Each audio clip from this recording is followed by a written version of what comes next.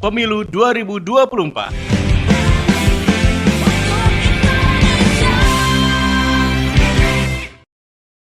Assalamualaikum warahmatullahi wabarakatuh. Selamat malam pendengar. Kembali kita dalam kampanye dialogis Pemilu 2024 di Program 1 RRI Medan, dan juga bisa Anda tonton melalui kanal YouTube kami RRI.net_Medan. Malam hari ini saya bersama dengan Pak Edison Syanturi. Beliau ini adalah Ketua Pimda PKN Sumut, Caleg Dapil 2, DPR RI nomor urut 1. Baik. Ya, selamat malam Pak Edison. Ya, selamat malam. Ya. Selamat malam para pendengar dan pemirsa RRI yang saya hormati. Iya, sehat Pak ya. Alhamdulillah sehat. Kalau dengar suara Pak Edison ini saya seperti dengerin radio juga ya. Suaranya radio voice sekali Pak ya. Jangan-jangan mantan penyiar juga Pak? Pengennya sih. Pengen jadi penyiar juga ya. Pak Edison. Iya. 14 Februari ini masyarakat Indonesia akan kembali pada pemilu ya Pak ya. Pastinya mereka juga pengen tahu dong, untuk visi dan misi dari PKN ini apa Pak kira-kira. Silakan Pak Edison. Seperti yang saya terangkan yang sebelumnya ya, bahwa visi dan misi Partai Kebangkitan Nusantara ini adalah bagaimana kita mewujudkan ya kenusantaraan yang lebih baik ke depan. Ya, artinya kenapa saya sampaikan kami membawa nama Nusantara ya, karena kita berada dengan keberagaman yang sangat tinggi ya, berbeda suku, berbeda agama, berbeda kelompok dan lain sebagainya.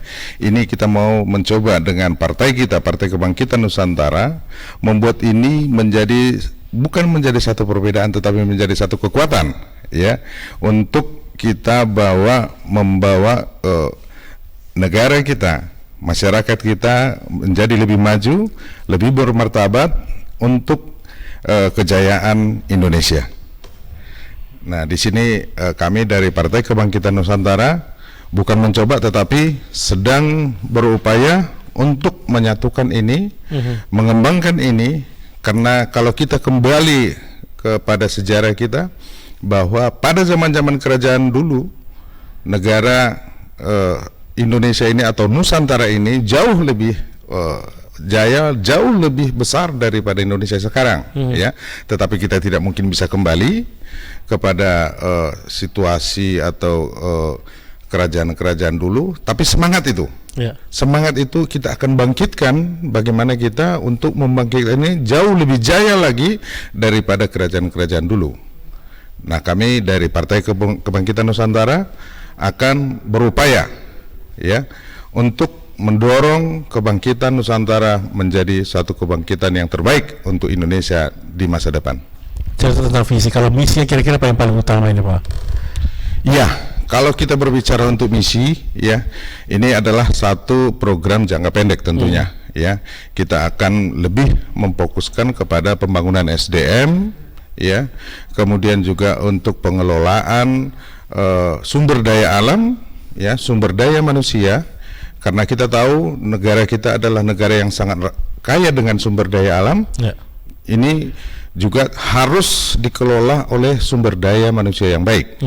Nah, tentu kami dari Partai Kebangkitan Nusantara akan mendorong ya pengembangan sumber daya manusia yang baik, yang berintegritas, dan untuk mampu mengelola sumber daya alam yang berlimpah ruah menjadi satu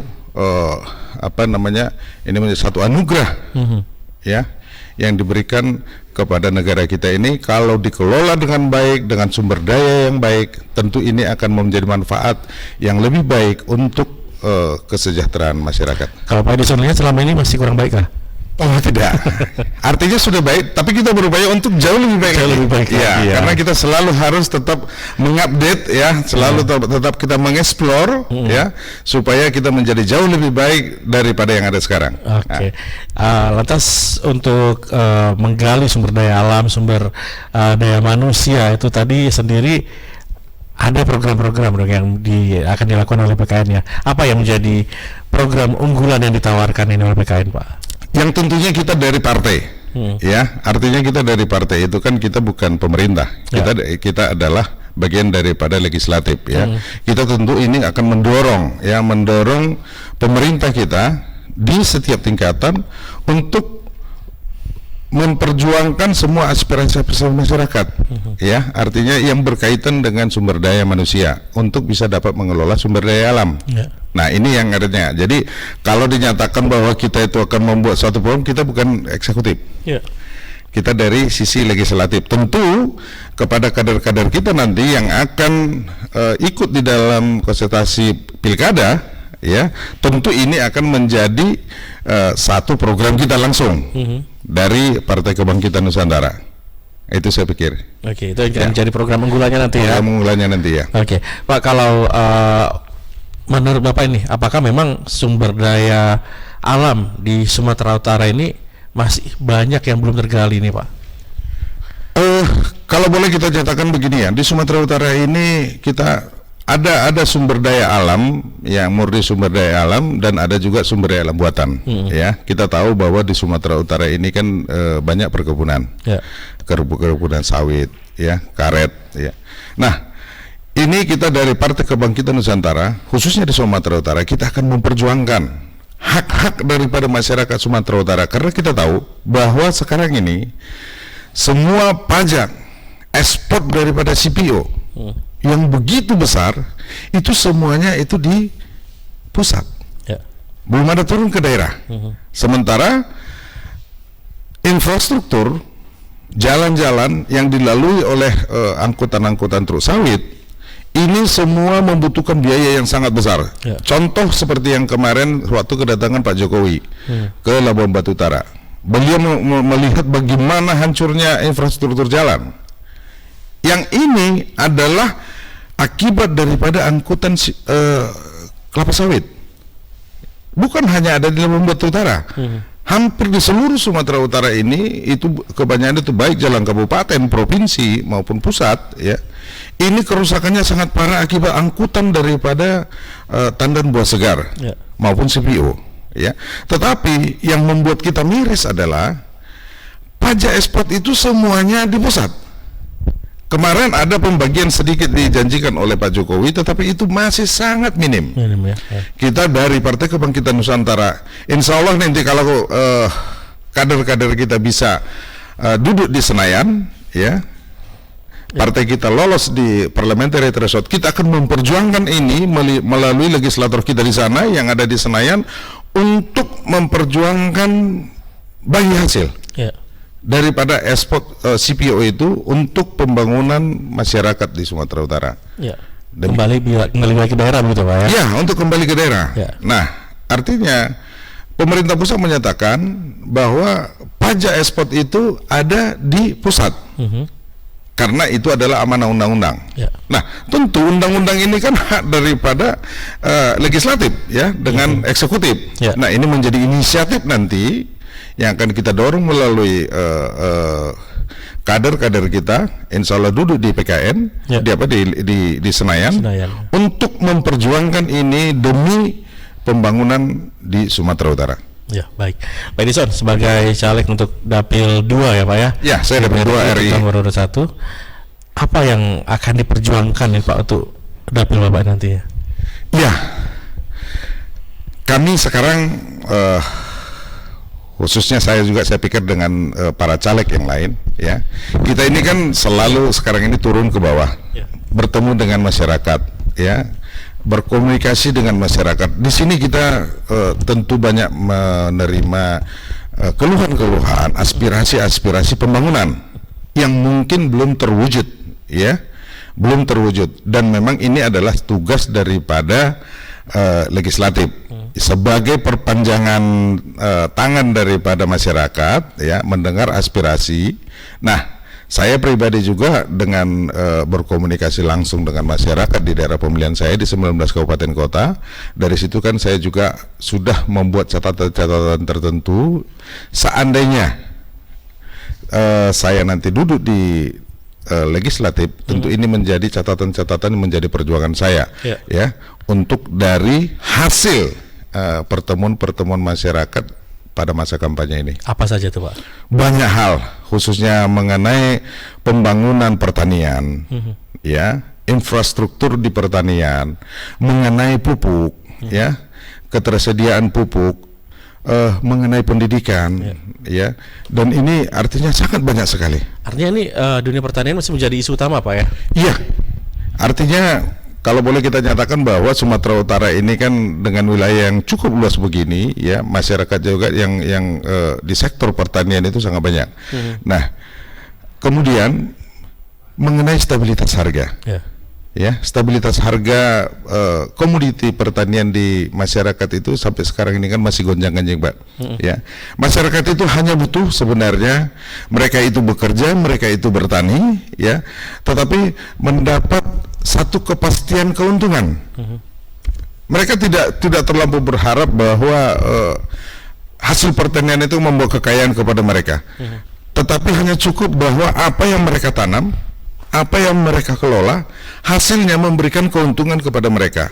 Kalau untuk kondisi sekarang ini tidak ada satupun yang bisa menjamin, ya, bahwa apa yang dia tanam, ya, apa yang dia panen nanti, apa yang dia jual itu akan memberikan manfaat gitu. Karena semuanya tergantung pasar bebas. Di sini perlu mungkin kita nanti akan mendorong kepada pemerintah untuk tetap menjaga stabilitas harga. Tapi jangan lupa juga dengan ketersediaan pupuk dan bibit. Ya. Pak Edison, ketika pemerintah menyatakan akan impor kembali beras, apa ya dalam Bapak ini terhadap, apakah ini menguntungkan bagi petani atau enggak sih sebenarnya, Pak? Sepertinya kita kembali lagi ke masa-masa yang dulu, ya. Artinya program ketahanan pangan ini selama ini hanya menjadi slogan, ya. Menurut kami ini hanya sebagai slogan daripada pemerintah, tetapi kalau kita melihat sebenarnya di lapangan ini bertolak belakang, khususnya contoh di Sumatera Utara, ya. Artinya program ketahanan pangan yang dicanangkan oleh pemerintah tetapi tidak juga dilampiri dengan tindakan-tindakan nyata. Sebagai contoh, ya, pengembangan kelapa sawit ini artinya harus tentu diatur sehingga lahan-lahan hasil untuk pertanian untuk padi jangan akhirnya sekarang ini beralih fungsi menjadi sawit, ya, karet. Ini harus diatur dengan baik, ya. Nah, kemudian hal yang kedua, seperti kita tahu di tengah masyarakat khususnya di petani-petani padi, ya, sampai sekarang ini boleh kita nyatakan mereka itu belum begitu mendapat sentuhan yang baik, ya. Artinya target panen per hektarnya itu belum dapat tercapai. Ya, penyediaan pupuk yang paling utama ini menjadi masalah-masalah klasik di tengah masyarakat. Yang sampai sekarang ini sepertinya ini menjadi satu komoditi yang menjadi dipermainkan selalu oleh orang-orang yang tidak bertanggung jawab, ya, sehingga pupuk bersubsidi yang diberikan oleh pemerintah lebih sering jatuh ke tangan yang tidak berhak. Nah, di sini tentu harus ada keseriusan dari pemerintah, baik pemerintah pusat, provinsi, terkhusus kabupaten kota, untuk menata dengan baik dan benar, artinya jumlah luasan, ya, sawah yang harus dipertahankan. Artinya kalau alih fungsi lahan tadi menjadi faktor penyebab dan juga pupuk yang mahal juga menjadi penyebab pemerintah melakukan ekspor, lantas ini apa menjadi solusi dari Pak Edison ini?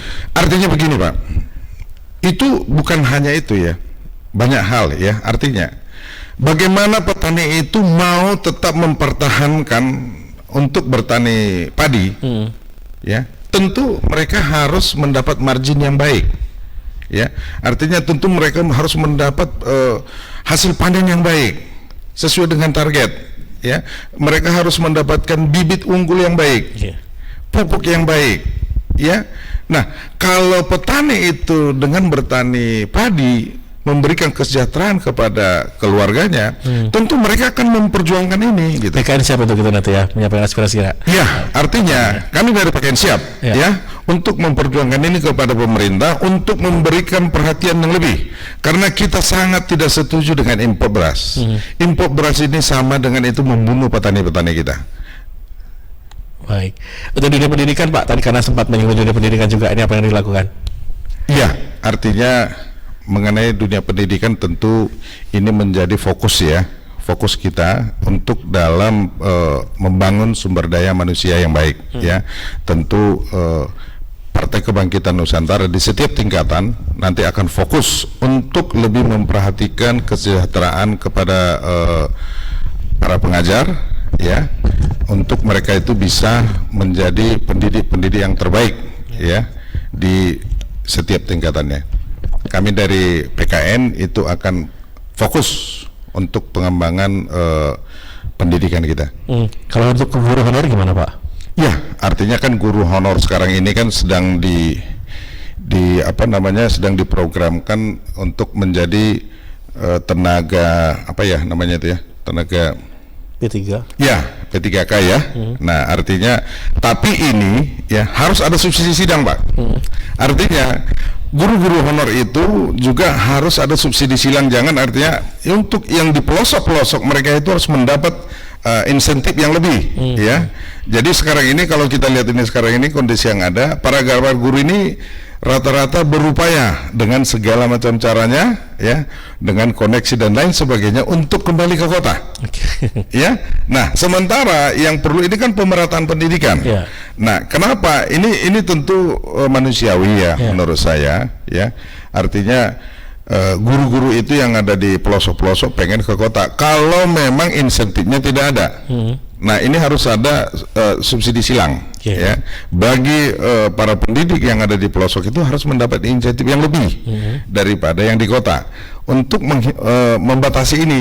Kalau tidak, ini begitu dia menjadi guru atau kita bilang PNS atau bagaimana dan ditempatkan di daerah, dia akan berupaya untuk kembali ke kota. Nah, sementara ini kan menjadi tanggung jawab kita, ya, tanggung jawab daripada pemerintah bagaimana untuk memberikan kesejahteraan khususnya kepada pendidik, ya, supaya dimanapun mereka ditempatkan mereka mendapat kesejahteraan. Ya, baik.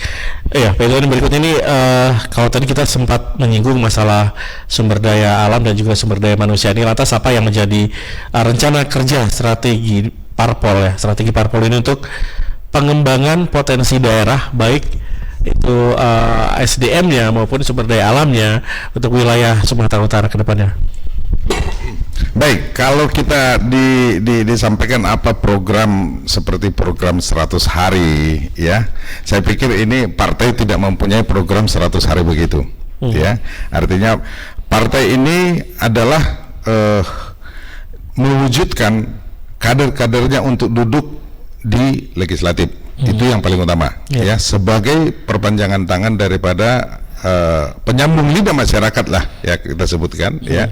Tentu dengan kerja-kerja di legislatif itu mereka kan ada waktu-waktu melakukan reses, mendengar aspirasi, ya, daripada masyarakat. Karena yang kita tahu bahwa banyak pembangunan kita itu yang sifatnya adalah top down, ya, itu pembangunan yang diprogram dari pusat, ya, tanpa mendengar sebenarnya apa yang menjadi skala prioritas di masyarakat itu sendiri. Nah, melalui Partai Kebangkitan Nusantara kami akan mendorong, ya, kader-kader kami nanti yang duduk di DPRD untuk mendengar langsung, ya, mendengar langsung apa aspirasi yang dibutuhkan oleh masyarakat itu untuk diperjuangkan nanti di legislatif di semua tingkatan, baik DPRD kabupaten, provinsi, insya Allah nanti kalau ada di Senayan. Nah, ini yang kita dorong, artinya kami akan meminta kepada seluruh kader kami untuk tidak ngeprank masyarakat. Nah, jangan coba-coba, ya, kader PKN melakukan tindakan prank terhadap masyarakat. Apa yang memang menjadi janji politik, ya, apa yang memang menjadi tugas mereka sebagai legislatif, mereka harus menjalankannya dengan baik. Kami tidak akan segan-segan untuk melakukan recall, ya, kepada kader-kader kami apabila mereka itu tidak menjalankan tugas dan fungsinya sebagai legislatif. Oke, siap, Ya. baik. Ya, pendengar dan juga pemirsa, kita akan lanjutkan dialog kampanye dialogis untuk malam hari ini bersama PKN setelah yang berikut ini. Tetap bersama kami.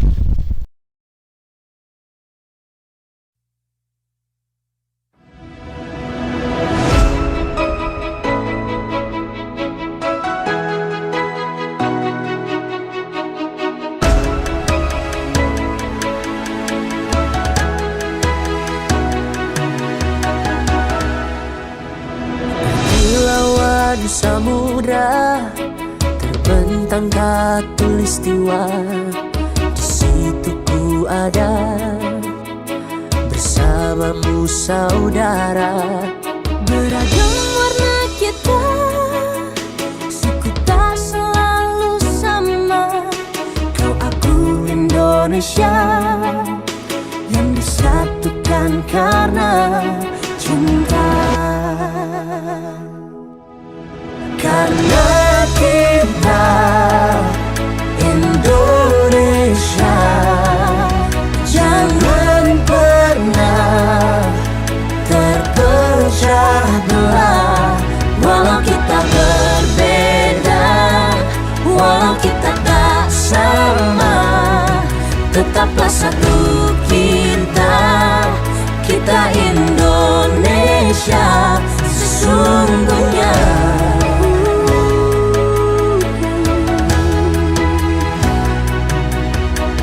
Kilauan samudra terbentang khatulistiwa, Di situ ku ada bersamamu saudara. warna kita, suku tak selalu sama. Kau aku Indonesia yang disatukan karena cinta.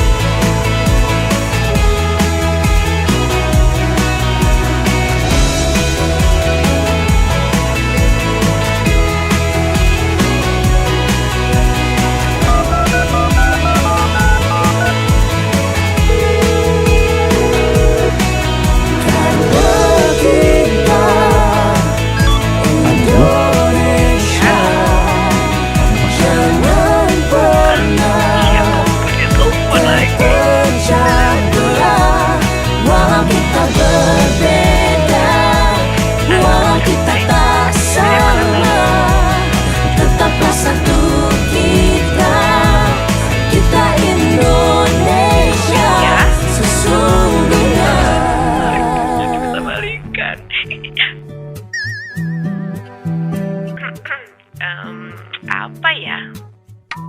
Jangan lupa pada pemilu 14 Februari nanti ya, gunakan hak suara kita. Jangan biarkan hak suara kita hilang begitu aja, kayak perasaan kita yang dulu. Hai milenial, gunakan hak pilihmu tanggal 14 Februari 2024 nanti ya. Satu suaramu akan menentukan Indonesia lebih maju. Bersama demi bangsa, kita berdiri untuk Indonesia.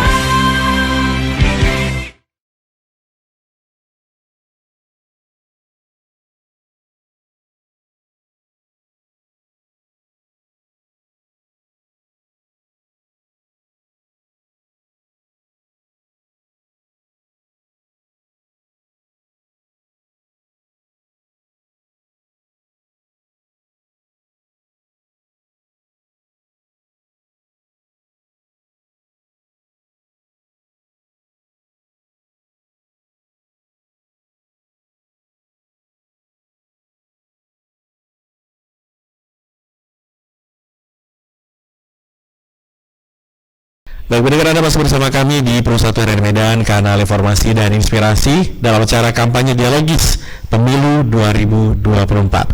Acara ini juga bisa Anda tonton melalui kanal YouTube kami di rri.net_Medan. Malam hari ini di kampanye dialogis kami masih bersama dengan Pak Edison Syanturi, bahwa ini adalah Ketua Pimda PKN Sumatera Utara, Caleg Dapil 2 DPR RI nomor urut 1. Baik, Pak Edison. Ya. Kita lanjut lagi nih Pak, terkait dengan menciptakan parlemen yang bersih. Nah ini pastinya ini tunggu-tunggu Pak ya, karena ini adalah hal sangat krusial tentu ketika seseorang sudah masuk ke parlemen Pak ya. Bagaimana bisa tetap menjadi yang bersih. Kadang terikut ini Pak, udah cerita tadinya bersih tapi begitu melihat uang, waduh. Terikut. Jadi ini bagaimana nih upaya Bapak untuk menciptakan parlemen yang bersih nanti ketika kita sudah duduk Pak, juga berintegritas dan mengedepankan kepentingan masyarakat khususnya Sumatera Utara. Baik, terima kasih. Kalau kita bercerita mengenai legislatif yang bersih ya, Ya. kita kembali dulu bahwa rakyat dengan legislatif itu adalah satu bagian yang seharusnya tidak boleh dipisahkan, ya, karena rakyat itu adalah DPR itu adalah perwakilan daripada rakyat, ya. Tentu dia adalah satu kelompok berhadapan dengan eksekutif, ya. Legislatif ini menampung aspirasi dan memperjuangkannya kepada eksekutif dalam hal pembangunan yang dibutuhkan oleh masyarakat. Tetapi fenomena yang kita lihat di lapangan, ya, bagaimana calon-calon legislatif, ya, begitu turun ke tengah-tengah masyarakat, ya, umumnya mereka ini wajib harus mengeluarkan biaya. Ya. Malah yang sering kita dengar itu wani piro. Harusnya ini harus diberantas. Ya. Bagaimana kita menciptakan legislatif yang bersih? Kita mulai dari rakyat. Ya, rakyat itu tidak perlu meminta uang kepada wakilnya. Yang dibutuhkan rakyat itu adalah memerintah kepada wakilnya di DPRD maupun di DPR RI untuk memperjuangkan pembangunan kepada mereka, bukan meminta uang. Ini yang harus sebenarnya tugas kita bersama, ya, bahwa masyarakat jangan meminta uang. Sampaikanlah aspirasimu, ya, untuk diperjuangkan oleh mereka. Bagaimana kita mau menuntut legislatif kita untuk bersih kalau rakyat kita juga tidak peduli? Nah, ini tentu menjadi tugas dan tanggung jawab kita bersama. Tidak hanya bisa kepada partai politik. Kami dari partai politik tentu akan tegas, ya, bahwa kader-kader kita yang nanti insya Allah duduk di legislatif, apabila mereka itu melakukan tindakan-tindakan yang melanggar undang-undang, ya, maupun korupsi, itu akan langsung kita lakukan recall. Tetapi kita juga menghimbau kepada masyarakat, panggillah wakil-wakil Anda yang dari partai kami setiap saat, ya, setiap saat panggil wakil-wakil Anda yang memang insya Allah terpilih nanti untuk menyampaikan aspirasi apa yang menjadi kebutuhan masyarakat untuk mereka perjuangkan kepada bupati, wali kota, kepada gubernur, atau kepada presiden. Nah, di sini yang perlu sebenarnya kita menghimbau kepada masyarakat bahwa legislatif itu adalah bagian dari Anda. Itu adalah wakil Anda, perpanjangan tangan Anda untuk memperjuangkan pembangunan dari pemerintah. Nah, apa yang menjadi skala prioritas? Tentu itu yang harus disampaikan. Memang ada hal-hal yang terjadi bahwa DPRD atau DPR RI itu diberikan kesempatan untuk menyampaikan aspirasi, menampung aspirasi di tengah-tengah masyarakat. Tetapi yang terjadi adalah bagaimana seorang legislatif turun ke masyarakat dan bertanya nih, apa yang Anda butuhkan? Masyarakat juga tidak siap. Mereka menyampaikan 1, 2, 3 sampai 100 barangkali, yang mereka juga sendiri tidak bisa memilah mana yang skala prioritas. Ini yang sering terjadi. Sebagai contoh, mungkin ada satu di televisi itu satu program diberikan uang 10 juta, habiskan ini dalam waktu 10 menit. Apa yang terjadi? Yang dibelanjakan tahap apa? Beli kulkas, beli ini segala macam. Setelah selesai baru dia berpikir ini bukan prioritas. Nah, untuk itu kita harus membalikkan suasana, membalikkan situasi. Artinya jangan tunggu DPRD datang, jangan tunggu, khususnya untuk Partai Kebangkitan Nusantara, jangan tunggu kader PKN yang duduk di legislatif untuk datang menjumpai masyarakat. Panggil kalau memang ada kebutuhan, undang mereka datang ke daerah pemilihan, sampaikan aspirasi Anda. Jangan tunggu, karena ditunggu belum tentu datang. Lebih bagus panggil melalui partai kami. Kami akan perintahkan kader-kader kami yang di legislatif untuk menjumpai masyarakat. Sampaikan aspirasi Anda untuk dia perjuangkan nanti di DPRD. Ya, Pak Edison, ada istilah di masyarakat itu ketika ada seorang pejabat atau wakil rakyat mungkin yang terjerat masalah korupsi, ada istilah balik modal, dia kan belum balik modal gitu. Bapak nanggap ini seperti apa? Sebenarnya modal apa? Pertanyaannya sekarang modal apa? Kalau modal untuk kos politik itu saya pikir semua mempersiapkan, ya. Tidak ada satupun caleg yang tidak mempersiapkan pos politik ya. Tetapi yang terjadi ini yang lebih besar itu adalah money politik.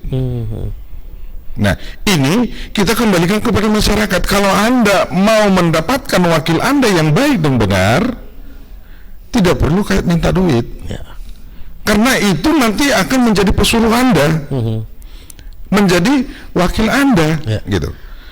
Untuk apa kita minta duitnya? Ya seperti jadi bumerang gitu ya Pak. Ya, artinya Partai Kebangkitan Suara targetnya bukan kursi, Pak. Kursi bukan menjadi target partai kami. Tapi kursi itu adalah menjadi sarana awal bagi kader kami untuk memperjuangkan aspirasi. Kalau kursi menjadi target, begitu dapat kursi dia akan lupa dengan rakyatnya. Ya. Kalau kursi menjadi target. Tapi bagi kami, kursi itu adalah menjadi sarana awal bagi perjuangan kami nanti dari PKN untuk memperjuangkan aspirasi masyarakat. Oke, terkait dengan aspirasi ini Pak, ke pertanyaan berikutnya ini, apa upaya parpol ini untuk menyalurkan aspirasi masyarakat Sumut di tingkat nasional, Pak? Ini kalau kita, ini sepertinya termasuk doa juga barangkali ya. Ini kalau bercerita di Senayan kami sebagai partai yang baru, ya, Partai Kebangkitan Nusantara, insya Allah memang kalau kami itu diberikan amanat oleh masyarakat dan bisa duduk di Senayan, tentu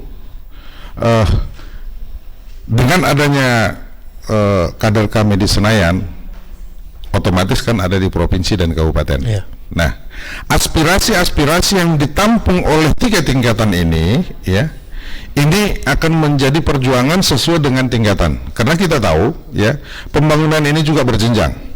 Ada pembangunan yang memang menjadi kewenangan APBD kabupaten kota. Ada yang menjadi kewenangan provinsi, dan ada yang menjadi kewenangan APBN. Ya.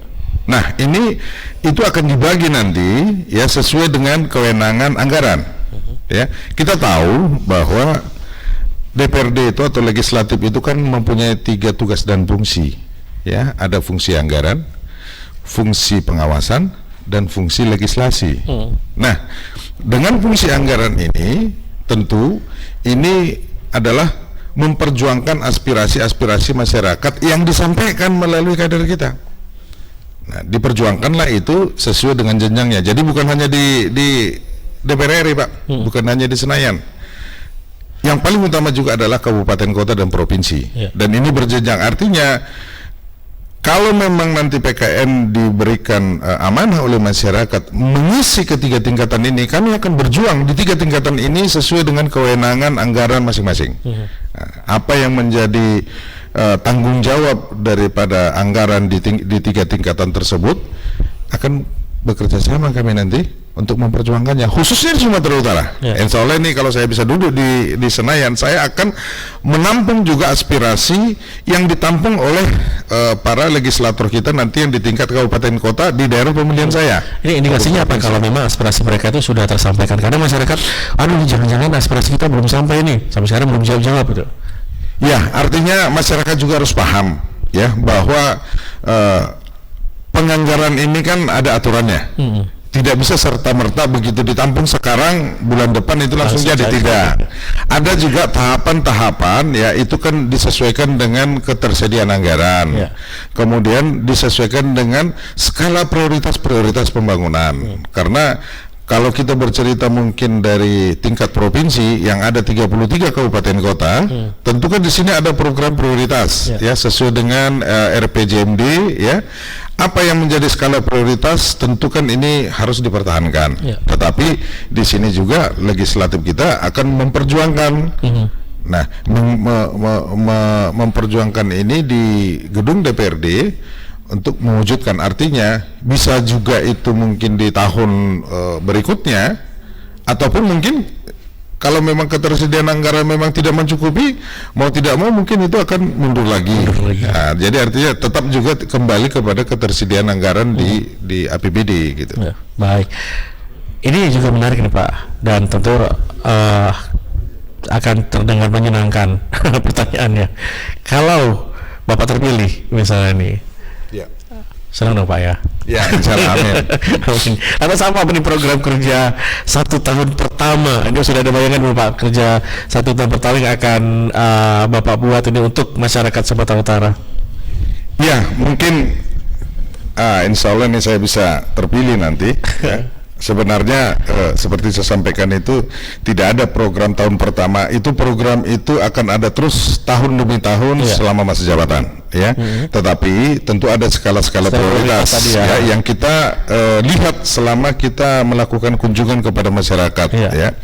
Kalau di Sumut misalnya, apa sih yang paling utama prioritas untuk dikerjakan? Iya, artinya di Sumatera Utara ini yang pertama tadi saya katakan itu adalah dari sektor pertanian, ya, pendidikan, kesehatan, ya, dan infrastruktur, ya. Kita kalau turun ke daerah Pak, kita sangat melihat itu jalan-jalan kabupaten itu artinya sangat memprihatinkan, ya. Di banyak daerah itu sangat memprihatinkan. Tentu ini juga tidak terlepas daripada kemampuan anggaran di kabupaten kota tersebut, kan gitu ya. Sehingga kalau kita terpilih, tentu kita akan memperjuangkan anggaran yang ada di pusat untuk ke daerah kita di sini. Itulah sebagai tugas kita, ya, sebagai seorang anggota DPRD atau DPR RI nantinya, tentu kita akan memperjuangkan pembangunan dari APBN untuk membantu mendorong, ya, pembangunan di tengah masyarakat, membantu anggaran APBD di provinsi maupun di kabupaten kota. Ini kembali, ini daerah pemilihan saya ini kan cukup luas ini Pak, 19 kabupaten kota, ya. Memang ini cukup melelahkan. Dapil 2, ya, DPR RI ini 19 kabupaten kota yang terluas ini.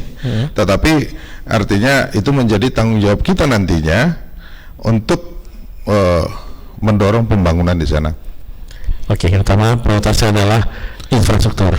Pertanian. Iya. Oke. Pertanian. Kalau jalan tadi sudah bagus, pasti pertanian juga akan lancar Pak. Pertanian, pendidikan, ya, kesehatan dan infrastruktur. Ini menjadi target kita di awal, ya. Sesuai dengan jenjangnya Pak. Artinya ini jalan kabupaten kan tidak bisa ujuk-ujuk datang dari APBN. Nah, tentu yang jalan kabupatennya kita dorong nanti melalui anggota DPRD kita di kabupaten memperjuangkannya di APBD kabupaten. Demikian juga di provinsi.